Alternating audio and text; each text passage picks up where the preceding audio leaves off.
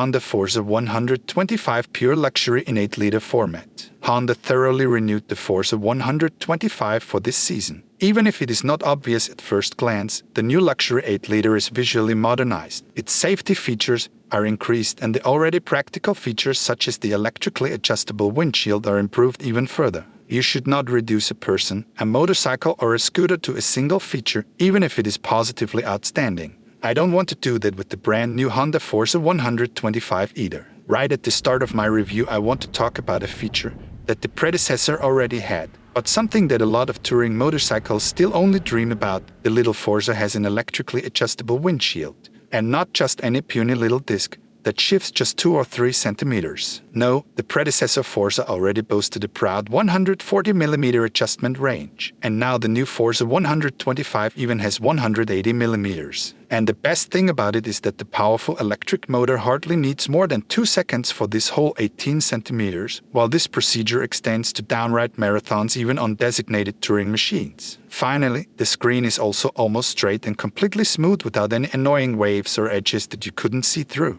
This improvement of the already in the predecessor Forza very functional feature shows what Honda has emphasized in the new edition of the Forza 125. Reinvent nothing, but make everything a little better, whereby the Honda technicians found some elements of the Forza 125 to be very good anyway. The robust and stable but very trimmed for comfort chassis, the tires and the brake system remained largely unchanged. The new Forza 125 therefore still dampens and springs with a 33mm telescopic fork at the front and stereo struts with 7-way spring preload adjustment at the rear. Braking is by 2 single discs, including 2-channel ABS. The tire dimensions remain 120/70/15 front, 140/70/14 rear, and the wheelbase grows marginally from 1,490 to 1,505mm. Thanks to these parameters, the handling remains stable and maneuverable, if you can expect it from a rather heavy 125cc scooter at all. After all, 161 kilos can't be entirely concealed despite the center of gravity favorable position of the heavy parts on the scooter.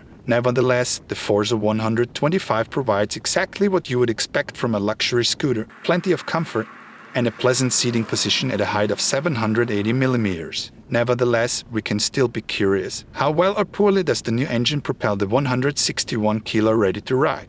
Well, you can't expect miracles just because the small, friction-optimized ESP single-cylinder with 4-valve technology now generates 15 horsepower at 8,750 revs instead of 14.5 at 9,250 and squeezes out 12.2 Nm of torque at 6,500 instead of 12 at 8,000 revs. With such comparatively weak units, it's always more a question of how well the automatic responds, and that's where the little Forza certainly lives up to its name. The traffic light start works quite well. Then, as promised, the Forza 125 really gets going between 40 and 60 kilometers per hour. In my opinion, the acceleration is still very good after that. Country road speed is quickly reached, and when you read over 120 on the speedometer on the highway, you can definitely believe the stated top speed of 108 kilometers per hour. The fuel consumption of 3.09 liters per 100 kilometers, which I determined on a 100-kilometer lap, is also okay.